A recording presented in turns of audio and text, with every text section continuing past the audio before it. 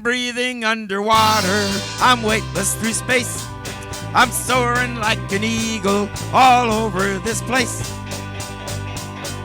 Creatures most will never see are waiting there to look at me, and all I gotta do is breathe underwater. This episode guest stars one of my favorite character actors, John Dehner. I've talked about him before. He could play a complete goofball like he did in Airplane, or he can be the scariest dude you ever saw, like today.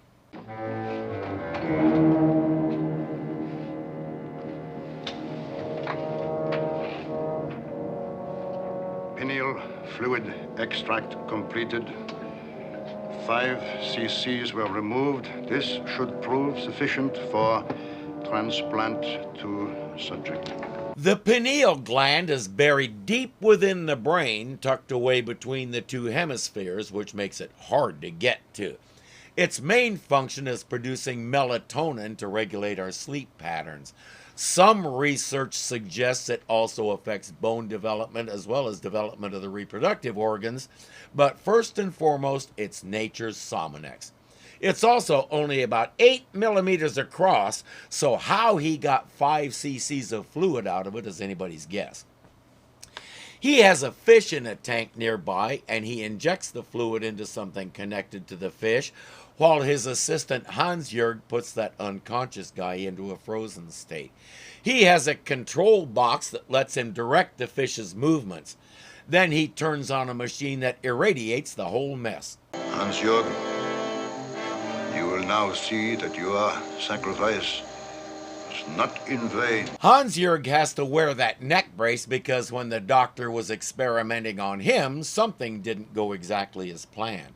The doctor doesn't care, and I don't think he's paying attention to Hans-Jörg's expression. Then again, I have to agree that this is much more captivating. Look! He turned the fish into a tiny sort of human. The big question on everyone's mind, Joe everyone, he lives down the street, is why? Skipper? Sir, this is Dr. Borgman and Mr. Hans-Jörg. Oh, yes. Welcome aboard, gentlemen. Carry on, Kowalski. Aye, sir. You must be Captain Crane, of course. That's right, sir. Well, is Admiral Nelson aboard yet? Oh, weren't you informed? He won't be on this cruise. He was called to a special conference in Washington. I couldn't find an actual reason why Richard Basehart wasn't in this one, but I'm sure it was a good one. Oh, really? Well, who will be in charge of the scientific aspect of this mission? Well, the Admiral's arranged with the Navy Department to lend us a former colleague of his, Admiral Park. Park. He has a history with Park. This could get ugly. All the people in the world. And here, aboard the perfect site for our mission, here where we will spawn our armada of Menfish, an armada which will eventually give us full control of the oceans of the world. And what's he intend to do with that control? What's the goal here?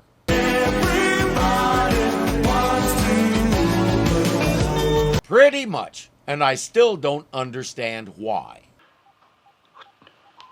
Don't you see the irony? Park, the man who nearly destroyed me, whose investigating committee sent me to prison, he will now help me realize my greatest ambition. He sent him to prison? Did Admiral Nelson know this when he chose Park? And what did he go to prison for? When a man nearly destroys you, you either hate him or you fear him, just as you fear me. Note the grin. He gets off on that. But I get the feeling he doesn't fear Admiral Park. For him, it's the other thing. Well, Borgman, strange turn of events, isn't it? I have learned to expect the unexpected, Admiral. Of course, my one concern is for some special equipment we are bringing aboard. I would like my assistant, Hans-Jörg, to see to it. It should be coming over the side now. I'll take you down to the missile room where you can start unpacking it. The missile room. Admiral Nelson left instructions to convert it to a laboratory for your use. It's the biggest room on the boat, so that makes sense. And considering what he's doing and what his motives are, This also makes sense. But I warn you, Admiral, that I shall require absolute privacy. Except when it concerns the safety of the ship, your laboratory will be off limits to all hands. Good. That's not an absolute. The captain can go wherever he pleases, whenever he pleases, and we'll be using divers at some point. Otherwise, you got it, dude.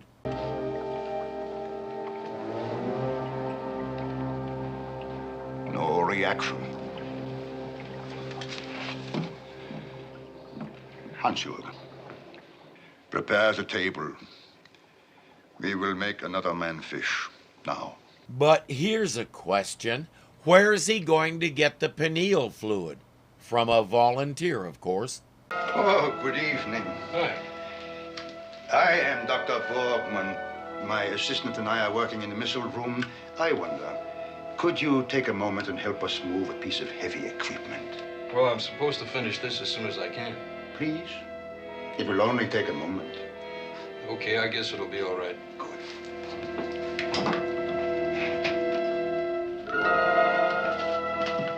What is your name, sailor? Bailey, sir.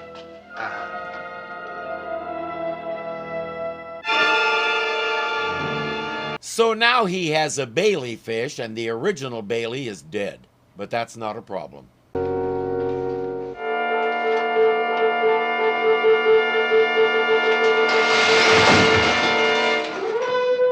Now it looks like a horrible freak accident. I hope you don't mind. I just wanted to make sure you have everything you need. Oh, no.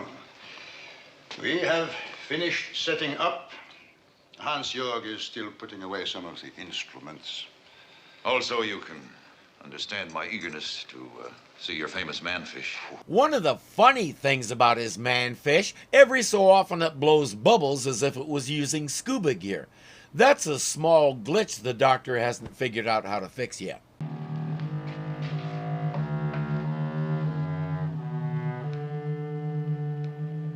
An incredible achievement. Well, coming from you, Admiral, that is truly a compliment. He has a compliment for you under his lab coat. Warning, the next minute or so may anger you. Looks more human than fish. I don't understand how that could be achieved using a transmutation of genes. Can't be. We abandoned that idea some years ago. Then you must be using human components again. They won't come out and say it, but that's what he went to prison for, because just like this time, not all of his volunteers actually volunteered. Oh, only the secretion from the pineal gland. We extract that just before we induce irradiation. Extracted from what? A volunteer donor. Yeah, volunteers like Bailey.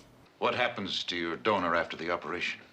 We do a partial hypothermia, freezing everything but a 6-millimeter section at the base of the skull, in which the pineal secretion is replenished. Park says you don't know that. We know almost nothing about the pineal gland, and you've never proven that the fluid replenishes. It's all built on speculation and hope. And by the way, what's Borgman doing with that syringe? How can you be sure your subjects will recover? Because I completed the cycle once with Hans-Jörg. That's not the flex you think it is. Do your other volunteers know they'll be in a neck brace for the rest of their lives? Obviously, with less than complete success. I have refined the procedure since then. But you're still gambling with a human life every time you create a manfish. Where's your authorization to use human volunteers? How do you propose to find them? With your help, Admiral. Well, you're out of luck. I'm aborting the mission. I'll send a full report to Nelson. Stop! Here's where it may anger you. Park is a military man. He should know a dozen ways to take that thing away from Borgman before the doctor even realizes he moved. He could grab Hans-Jürgen and use him as a human shield. He could grab Hans-Jürgen and throw him at Borgman and bash the two of them together, which would probably make Borgman drop the gun. He could do a lot of things. What does he do? He stands there and lets Hans-Jürgen inject him with that sedative that Borgman drew up while they were talking. Now, when that sedative takes effect, Admiral Park, I will inject a microscopically fine wire control unit into the cartilage at the base of your brain, just as we do with our Menfish. So it's a mind control device? No. You will feel nothing when you awaken, but you will be powerless to control your will. You will be as obedient as our Menfish are. And I warn you, Admiral Park, if I induce too much power with this control device, your mind will be destroyed. It's not a mind control device, it's a torture device. It induces unbelievable pain, and that dial lets him control how much and for how long. I don't know why anybody should be surprised. We already know he is one sadistic dude. Where are we, Captain? Well, we just arrived at the position Dr. Borgman picked for his experiment. Right here. It's the only place on Earth where all of my requirements can be met. The water temperature is the most critical factor. It must be within 1/2 point of 72 degrees. 72 degrees exactly, Doctor. Ah, good. So they're near tropical waters somewhere, and they must not be too deep to stay at that temperature. Depth, please. 350 feet, keel to bottom. 3. Yeah, perfect. That will give us the 20 decibars of pressure we require. I don't care where you are, you're not going to get 72 degrees at 350 feet. The average ocean temperature at that depth is about 12 degrees Fahrenheit. And he said he needs 20 decibars of pressure. A bar is the metric unit of air pressure. A decibar is 1/10 of a bar. So 20 decibars is 2 bar, which you get at about 30 feet. At 350 feet, the pressure is 10.5 bar. I'm starting to think he should find a different line of work. He has this one all discombobulated. Shall we get started, Admiral? Yeah, storeroom. Somebody found Bailey. Captain Crane takes every crew loss personally. Admiral, I'm going to postpone this experiment until we've had a chance to investigate this accident. Admiral, I do hope you will not find it necessary to delay our experiments any further. No, it won't be necessary. Looks like a simple accident to me, Captain. I wonder what would happen if he tried blinking in Morse code. Those shelves toppled during heavy weather and caught Bailey. What heavy weather? This is no destroyer. Well, then it may have happened when you were maneuvering. But Admiral! Admiral Nelson gave me full charge of the scientific aspects of the mission. A little testy there, Admiral Weenie. Again, he could whip around right now, put an elbow in Borgman's face, grab the control unit, and bring an end to this whole ordeal. But nobody wants to stand up to this guy. Some divers carry his gear and his little manfish out to a flat spot on the bottom. When they come back, they stay in the airlock because they'll need to go back out again and collect the results of this. We've done it! We have done it! Prepare the wet mattress. I must examine it the moment they have it in here. He's created the creature from the Black Lagoon. He wants to make himself an army of these things and take over the ocean. I still wonder what he wants to do with it.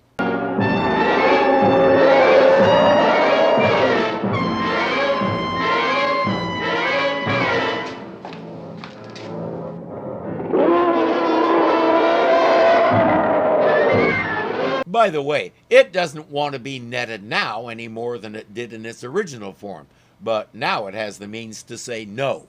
Borgman says he can control it, but he's just standing there smiling while it tries to kill the divers. Stop that thing, Doctor. Bring it under control.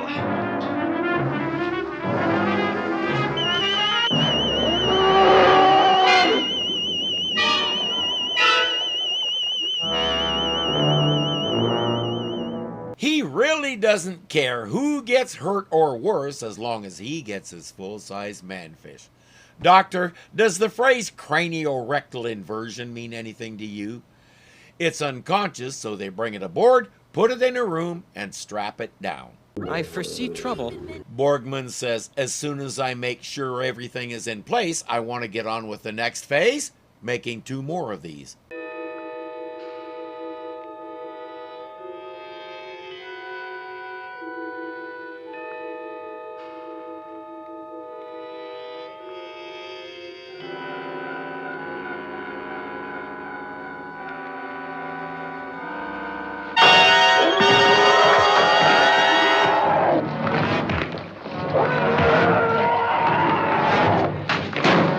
Guess who wins? On the Seaview, the red jumpsuit is often the equivalent of Star Trek's red shirt. The monster is played by Frank Graham, about whom I could find precious little. But I gather he's pretty strong.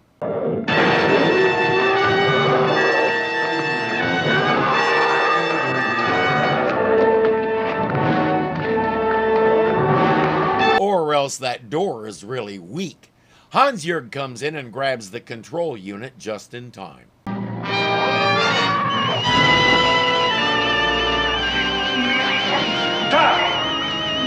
Die!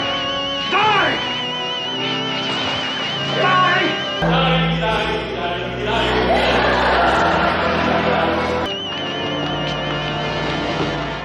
Give me that control unit! Not until you die! No! No! I'm with Hans-Jörg. There is no good reason for that thing to exist.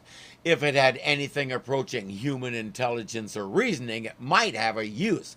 This is a wild animal that probably isn't even going to understand Borgman's commands. Kill it. It's alive. Help me get it onto the wet mattress. Help me. That failed. Don't bother. But We're getting that thing off Seaview now. And then we're heading back to Santa Barbara. why? Why? Because it just killed one of my men, and it nearly killed me. As a matter of fact, I want this experiment discontinued completely. As I said, he takes a crewman's death personally. Too bad the admiral is going to overrule him again. Now, it seems to me that when it comes to the safety of the crew, the captain has the final word. But against his better judgment, he'll submit to the admiral. He just can't resist that rugged jawline. You did well, Admiral. Very well. Either of them could break his neck right now and put an end to this whole thing. The control box is in his pocket. Hans-Jörg grabs his arm and Park puts his lights out. Or they can just stand there like scared puppies. Borgman will agree to put the manfish outside and play with him there. Chip, what about Admiral Park? Does he seem all right to you? He seems preoccupied with his work, if that's what you mean. No, it's more than that. I can't put my finger on it, but he seems to be letting Borgman run the whole show. He does everything Borgman wants him to do. I know. Well, I've got a hunch there's going to be more trouble. Both with Dr. Borgman and with that. Perhaps, but right now the trouble is coming from a source he didn't expect, his own doctor. I was checking Bailey to make out his death certificate, but I don't know what to list as a cause of death. I thought he died of a concussion when the shells fell on him. So did I at first.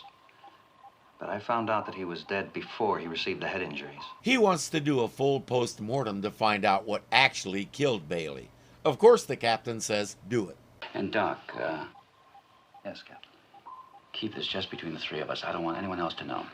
Ahem. Oh, boy. The word between refers to the space in the midst of two people.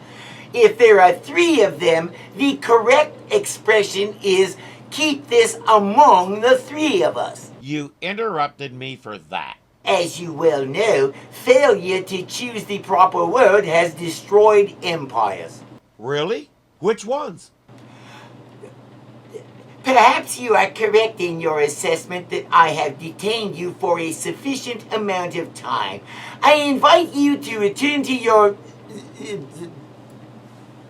Understand? I usually give the Admiral a copy of all my medical reports. I know. But this time, give it to me instead. Yes, sir. Borgman has 2 more fish ready to go. All he needs is the main ingredient. I shall need 2 volunteers from the crew, Park. You will arrange for it? No. I don't think you understand, Park. I gave you an order. I won't do it, Borgman. They won't be hurt. The transplant is completely painless.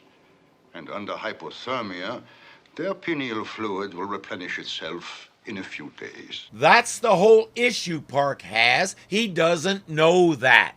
Explain what happened to Hans-Jörg during the process, Doctor. Too bad for a couple of crewmen that Admiral Park is too unable to stand the pain to offer much resistance. Well, what does this mean? An extract of his pineal gland fluid was removed surgically. But how? Here, I'll show you. Now, notice the little cavity at the base of the skull. A siphon device was probably used right through there. It's a good thing our doctor is very thorough. A lesser investigator would have missed the pinhole where the needle went in. I don't know what to make of this, Captain. I think I do. Borgman has already procured his latest fluid factories and created 2 more manfish. Menfish. Manfishes. Fishermen. Wait, that won't work. Admiral.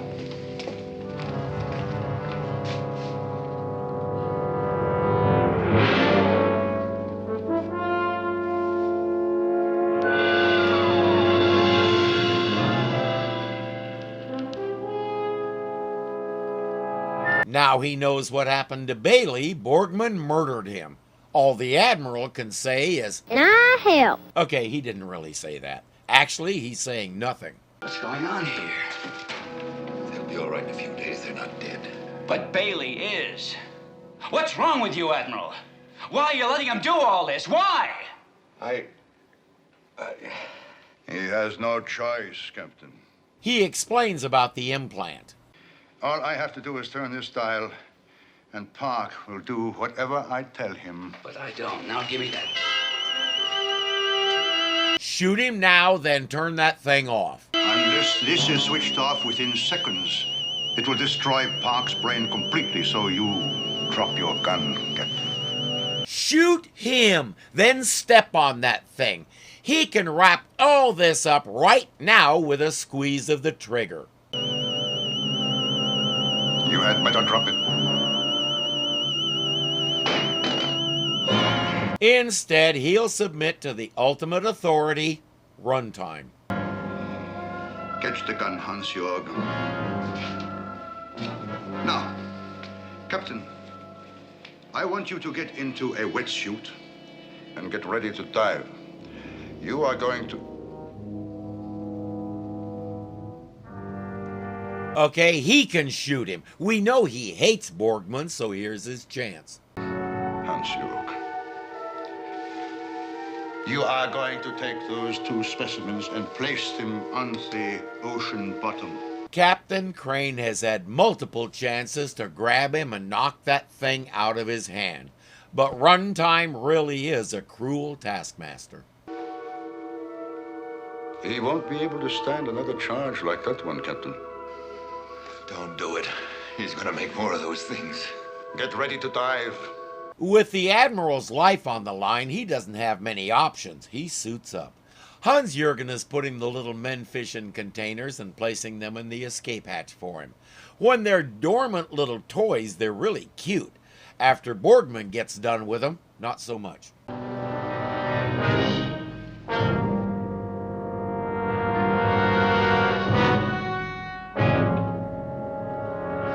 I wasn't too sure about that until I looked up liquid oxygen. According to a paper I found from MIT, it's possible to store liquid oxygen in a container like that as long as it's well insulated so the inside temperature stays cold enough to maintain the liquid state. And the key word there is cold. He already knows these things can't handle extreme temperatures. He quietly slips the tank into the escape hatch, the thing I consistently call the airlock, because that's also what it is.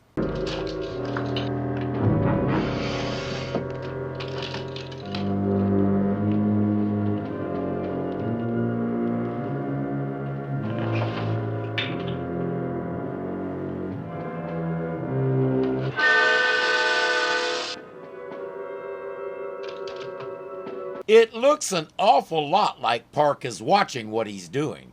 He takes the two little popsicles out and dutifully places them in the radiation thing.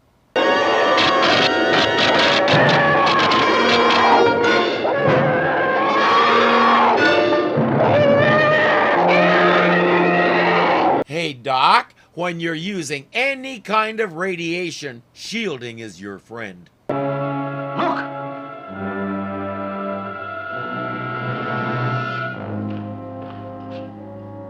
It's dying. It received too much irradiation. Shall I stop? No, we must continue for the other two. Lack of shielding wasn't the manfish's friend. Just get on with making the other two big.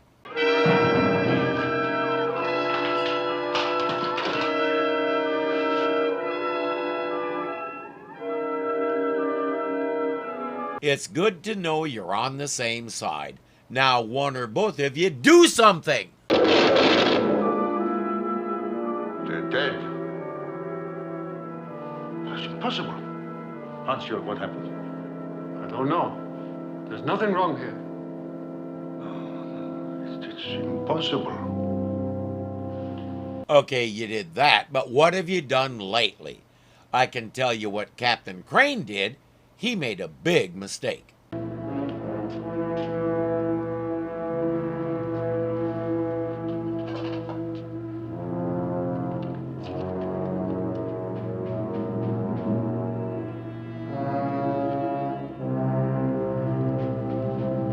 He didn't put that away. Now Borgman knows what he did do. You froze them.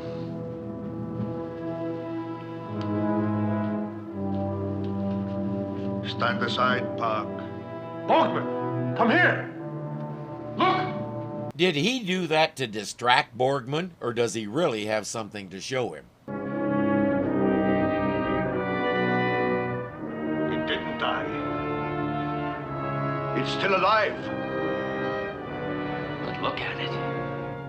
It's a giant. I guess I have my answer. That thing is bigger than any giant that any mythology on Earth ever came up with. How big is it? That big. And Borgman's control thingy isn't working on it.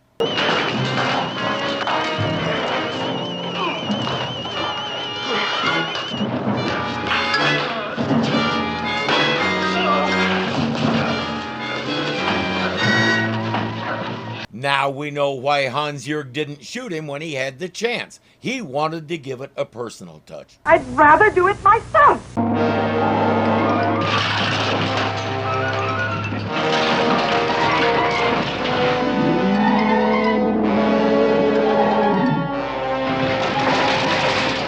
After the official report was declassified, the Seaview Shake became Disney World's most popular new thrill ride. Repeated charges through the hull just annoy it. Somehow they use the nose laser, but it's not strong enough to penetrate its hide. They need to hit it in the head with something. Admiral Park has an idea. Prepare flying sub for immediate launch! What good will that do? The flying sub doesn't have any weapons. That's been a consistent theme since it was introduced.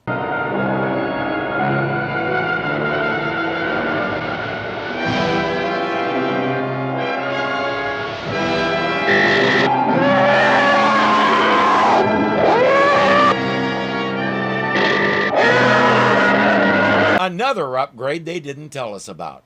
Or, to put it a different way, we don't need no stinking consistency.